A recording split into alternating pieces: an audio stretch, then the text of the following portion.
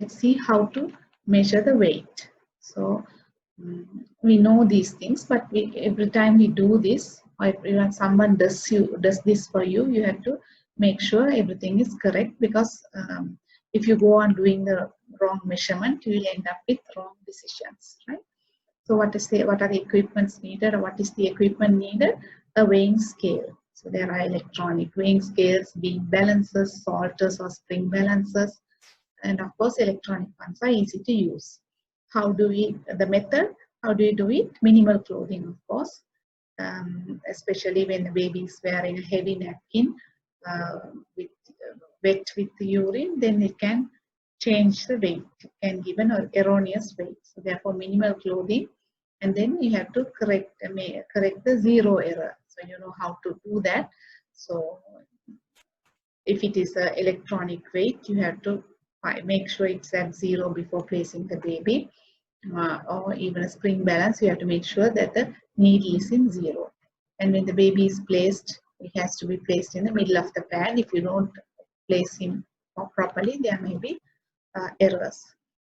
Right, and then the reading, taking the reading is also important. When reading from a dial, you have to read from a right angle. Otherwise, you get observational error. Right, so here are some balances which I used to take the baby's weight.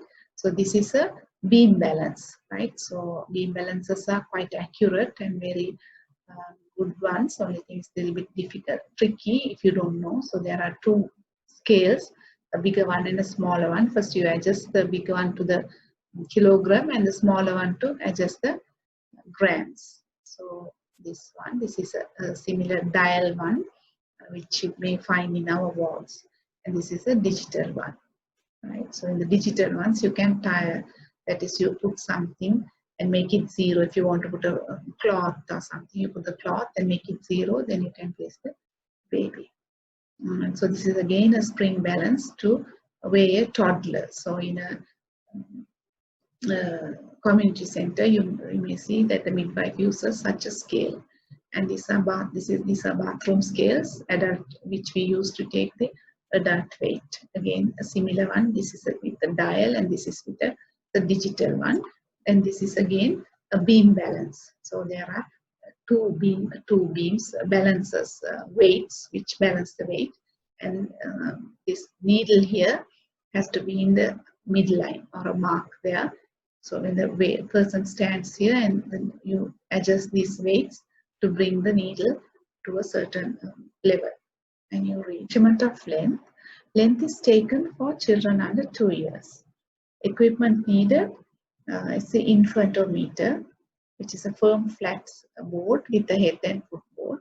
And the method is one person should hold the head firmly against the headboard, and the other should hold the legs, and the legs should be straight with the foot in right angle to the legs.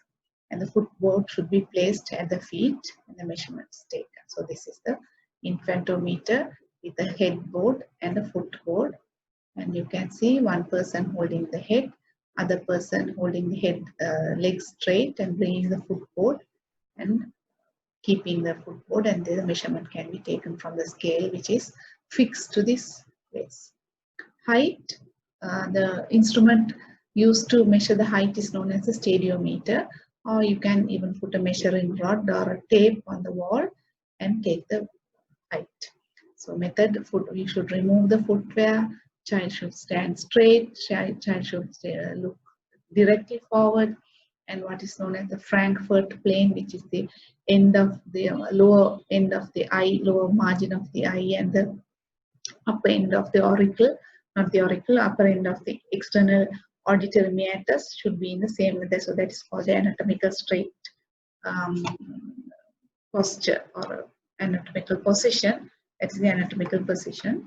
And biauricular axis is this earlobes should be horizontal. Heels should be kept slightly apart, otherwise the child might fall, lack of balance. Heels, back, buttock and back should touch the back of the shoulders should touch the wall. The headboard should be placed firmly on the head and measurements taken, right? So the hair should be flattened very well. You can see this lady taking the height, heel, the back of shoulder, back of the head, everything's touching the wall, and the headboard is firmly placed. Its circumference, we use a non-stretchable measuring tape, and the maximum circumference is taken from the occipital protuberance to the supraorbital ridge. And hair should be compressed. A cross-step method is used. What is a cross-step method? Is to use the measuring tape overlapping each other, right? You don't hold it like this, you hold it like this, right? And the measurement is taken here.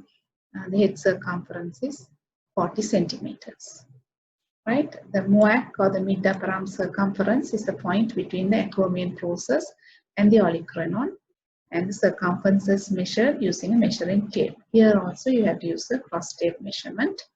So this is the position of the acromion process and the olecranon and the midpoint. And there are commercially available tapes like this which you can use.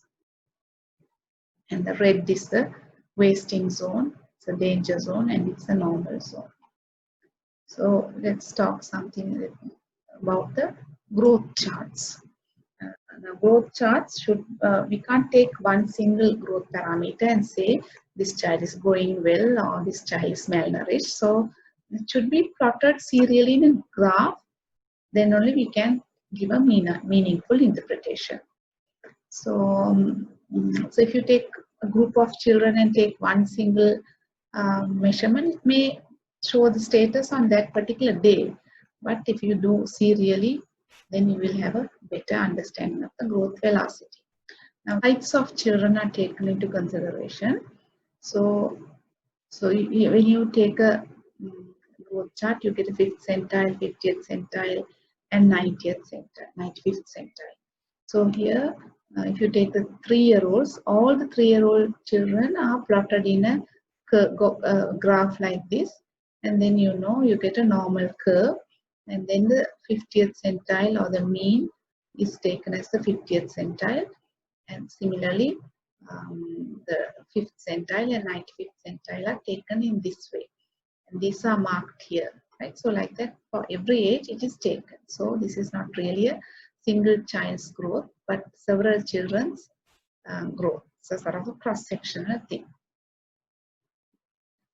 right? So when we take the growth charts which we use, before the year 2006, charts were from data collected from children in the USA. That is the National Center for Health and Statistics, CDC, and CDC in the United States. They are the only ones who had these growth charts, and all of us use them. Then in 2016, from data collected over so many years, WHO published a chart called the growth multicentric growth reference study. They conducted a study called multicentric growth reference study, which considered children from all over the world. So these children were selected. They were healthy children who were predominantly breastfed up to 3 months, and whose mothers were healthy and they did not smoke during or after pregnancy. So that was the selection criteria. And then they included several countries. The countries of 6 countries: Brazil, Ghana, India, Norway, Oman, and USA. So this is a chart which we use in Sri Lanka now. So all these charts for height, weight, BMI, mid-upper arm circumference, head circumference, all these things are available in this WHO website, which you can visit and find your own charts. So this is an example of this WHO chart. So length for age in girls. So here you can see it is in Z-scores, right? So these charts are found in Z-scores as well as Z-score is the SD which we use, or centiles. So Z-scores or SDs, we mention these things when we talk about a population, and centiles we talk when we are comparing individuals. But both are sort of interchangeably used by us. Doesn't matter, but we must make sure we use the proper chart to give the proper reference. Right, and growth monitoring in Sri Lanka. At birth, we take the weight, then every month up to 2 years, then after that, every 3 months up to the age of 5 years. Height or length, we don't check very frequently because it's very difficult to discern the height or length in short periods. Therefore, 4 months at birth, we check the length, then 4, 9, and 18 months, 24 months, then 36 months, then up to 5 years, every 6 months. Then we will check the weight, height, the school medical inspections. What does a midwife do? So midwife is the key person in child care in Sri Lanka.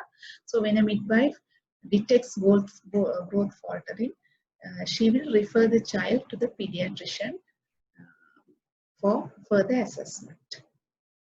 So these are some anthropometric measurements which you need not know by heart, but the average birth weight and the average length at birth, 3 kilograms and 50 centimeters, and the hip circumference 34 centimeters.